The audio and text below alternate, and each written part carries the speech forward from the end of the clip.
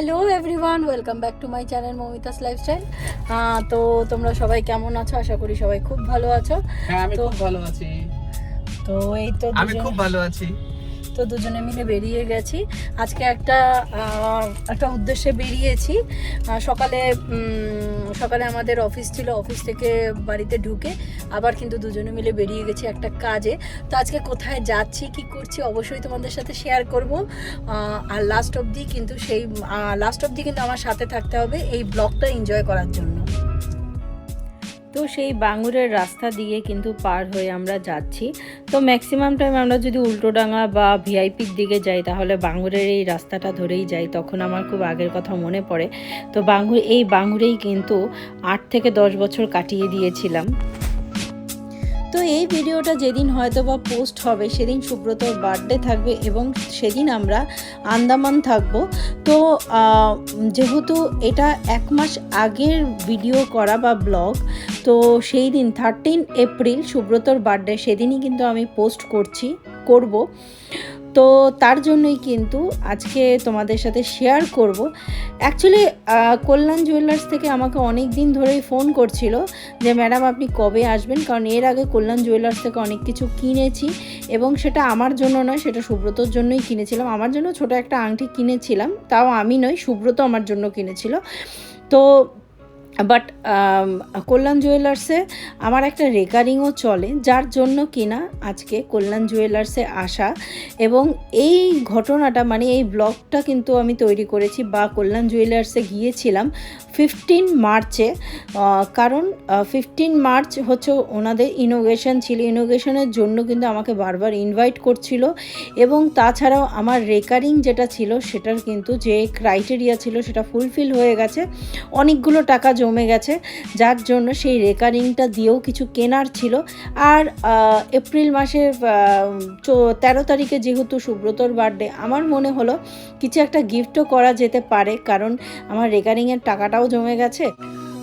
তো তারপর যখন আমরা গেলাম সাথে সাথেই কিন্তু মিও আমরের এরকম একটা প্যাকেট দিল, যার ভেতরে একটা লাড্ডু ছিল, আরও অনেক কিছু ছিল, আরও 2টো জিনিস ছিল, একটা কেমন প্যাটিসের মতো ছিল, আর হচ্ছে অ্যাপি ফেস দিয়েছিল। অ্যাপি ফেস দেখে তো আমার সেই পুরনো দিনের কথা মনে পড়ে গেছে।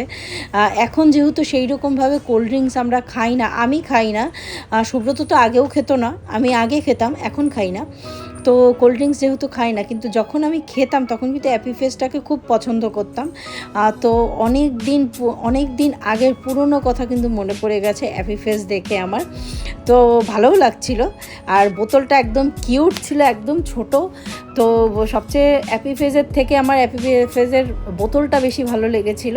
যাই হোক, তারপর কিন্তু সুব্রতকে অনেক আগে আমি একটা চেইন গিফট করেছিলাম আর একটা ব্রেসলেট গিফট করেছিলাম। তো ফার্স্টে সুব্রত আমাকে বলেছিল চেন ব্রেসলেট দিয়েই কিন্তু একটা বড় চেন নেবে, বাট আমি সেটা করতে ইচ্ছুক ছিলাম না, যার জন্য আমি কিন্তু সেটা বললাম যে না, ব্রেসলেটটা যেমন আছে তেমন থাক, ব্রেসলেট চেঞ্জ করে পরবর্তীতে ব্রেসলেট নেওয়া যাবে, বড় ব্রেসলেট, কারণ ব্রেসলেটটা সরু। তো আমি বললাম যে যেহেতু চেন আছে, আগের একটা মোটা চেন আছে, সেই মোটা চেনটা চেঞ্জ করে কিন্তু আরও মোটা একটা চেন কিন্তু সুব্রত চুজ করলো, যেটা কিনা আগে ছিল 30 গ্রামের আর এখন হচ্ছে 65 গ্রামের কিন্তু চেনটা নিয়েছে। তার মানে আপনার 30 গ্রাম থেকে ওটা কিন্তু 65.8, তো এখানে কিন্তু মেজারমেন্ট দেওয়া আছে, 65 গ্রামের একটা ওয়েটের কিন্তু সোনাটা চুজ করেছে। তো চেনটা দেখতে বেশি ভালো। ফার্স্টে আমি ভয় পাচ্ছিলাম যে এটা সবসময় পরে যাবে বা পরে থাকবে, আমার তেমন মানে আমি এগ্রি করছিলাম না, বাট কি বলে না, শখের মূল্য লাখ টাকা না, কোটি টাকা, শখের মূল্য কোটি টাকা। তো আমিও বললাম যে ঠিক আছে, এটাই নিয়ে নাও। তবে হ্যাঁ, রেকারিং প্লাস আগের সোনা আর কিছুটা আমাকে ক্যাশ টাকাও দিতে হয়েছিল, সব কিছু মিলিয়ে ঝুলিয়েই কিন্তু এই 65.9 গ্রাম এই সোনাটা আমরা কিন্তু কিনলাম কল্যাণ জুয়েলার্স থেকে অ্যাজ এ বার্থডে গিফট। মানে এটা কিন্তু সুব্রতকে আমি বার্থডেতে গিফট করলাম। ম্যাক্সিমাম টাইম সিটি সেন্টার 1-এর পাশে যেই কল্যাণ জুয়েলার্স আছে সেখানেই যাই, কারণ সেটা আমাদের বাড়ি থেকে অনেকটা কাছে হয়। আর তারপর দেখুন এটা নিয়ে একটু ফটোশ্যুট করলাম, একটু ভিডিও করলাম, তারপরে গাড়িতে উঠে গিয়েছিলাম। যেহেতু দুপুরবেলা ছিল, প্রচণ্ড খিদে পেয়ে গিয়েছিল, তখন কিন্তু আমি এখন যেহেতু 2:30 বেজে গেছে, বাড়িতে রান্নাবান্নার এখন ব্যবস্থা নেই, যেহেতু আমাদের ইন্টেরিয়ার চলছে, তো তার জন্য আমি বাড়িতে তো রান্নাবান্না এখন করি না, একদম ফ্রি।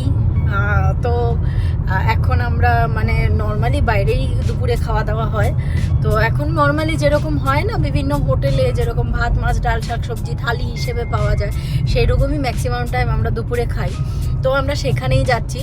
তো মানে একটা সময় মনে হয়েছিল একটু ভালো জায়গায় খাবো, কিন্তু আবার চিন্তা করলাম যে ভালো জায়গায় খেতে গেলে তারপর আবার সেখানে প্রচুর তেল মশলা নিজের, আর সবচেয়ে বড় কথা আমি এত এখন বাইরে খেয়েছি, আমার এখন বাইরে সেভাবে রিচ জায়গায় খেতে ভালো লাগে না। আমার নর্মাল বাড়ির ডাল শাক সবজি ভাত সেই ধরনের খাবার দাবারই বেশি ভালো লাগে। তো সেটা যদি বাড়ির খেতে পারতাম আরও ভালো হতো, কিন্তু সেটা মানে সেটা নেই, সেটা হবে না। তার জন্য এখন বাইরেই সেরকম খুঁজে আমরা খেয়ে নিই দুপুরবেলা, তাই তো। তো এখন নর্মালি সুব্রত বলছিল একটু ভালো জায়গায় খাই, বাট আমি বললাম যে না, দরকার নেই, আমার নর্মাল ভাত ডাল সবজি খেতে বেশি ইচ্ছে করছে, তো সেই রকমই খেয়ে নেব। এই তো নর্মালি ভাত মাছ ডাল শাক সবজি খেতে হলে এখানেই আসি, এখানেই ম্যাক্সিমাম খাই আমরা। খুব ভালো খাবার, তাই না? আর এই তো মাসি, বড় মাথা আর কত বড়? আরও বড়। তো আমাকে এই মাথাটা দিয়েছে, এটাই এত বড়, এর থেকে আরেকটা বড় মাথা ছিল। আমি বললাম অত বড় মাথা আমি খেতে পারবো না, তাই আমাকে ছোটটা দিল। আর এই তো ছোটটাও অনেক বড়, ছোটটাও অনেক বড়, একা খাওয়ার মতো নয়। তো মাসি, আমরা এখানে অনেক দিন যাবত আসি, যখনই মিটিং ট্রেনিং থাকে তখন আর বাড়িতে রান্না হয় না, তখনই এই হোটেলে চলে আসে। আর এই মাসি খুব মজা করে বড় বড় মাছ দিয়ে আমাকে খাওয়ায়, আমাদের দুজনকে। আর এই তো হোটেল। তো এই তো এখন গিফটটা দেব।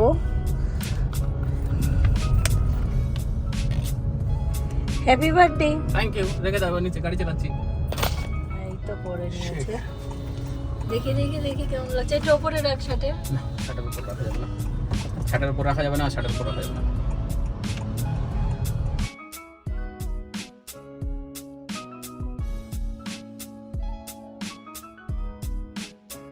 তো এখন নাগের বাজারে চলে এসেছি, দুজনে মিলে খাওয়া দাওয়া করে নাগের বাজার চলে এসেছি। এখন আমাদের দমদমের ওখানে একটা হেলথ ক্যাম্প চলছে, তো এই হেলথ ক্যাম্পে সবার সাথে একটু দেখা সাক্ষাৎ করতে যাব, আর ওরা কী করে কাজ করছে সেটা একটু দেখতে যাব। তো এই তো, এটা তো আমি আপনাদের সাথে শেয়ার করলাম আমি সুব্রতকে কি গিফট করলাম বার্থডে উপলক্ষে। তো আমারও কিন্তু 8 এপ্রিল বার্থডে, তো সুব্রতও কিন্তু আমাকে গিফট করেছে। অলরেডি আপনাদের সাথে শেয়ার করেছি আমরা আন্দামানে আছি, আন্দামান ট্যুরটা কিন্তু সুব্রত আমাকে গিফট করেছে। আর এই ব্লগটা ভালো লেগে থাকলে অবশ্যই একটা লাইক কমেন্ট এবং সাবস্ক্রাইব করতে একদমই ভুলবেন না।